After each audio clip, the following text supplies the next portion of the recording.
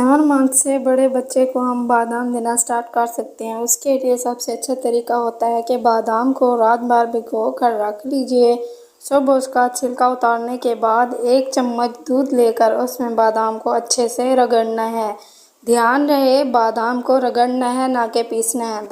दादी नानी के अकॉर्डिंग बच्चे को इस तरह बादाम देना बहुत फ़ायदेमंद होता है।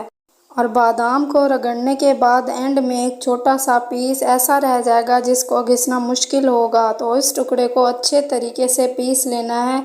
इस बात का ख्याल रखना है कि वो टुकड़ा अच्छे से पिस जाए, वरना बच्चे के गले में अटक सकता है। फिर उस पेस्ट को चम्मच में लेकर अच्छे से चेक कर लें ताकि कोई पीस रह ना गया हो, और उसको 7 मंथ से बड़े बच्चे को आराम से खिला सकते हैं। 7 मंथ के बच्चे को दिन में 1 बादाम से ज़्यादा बिल्कुल भी नहीं देना।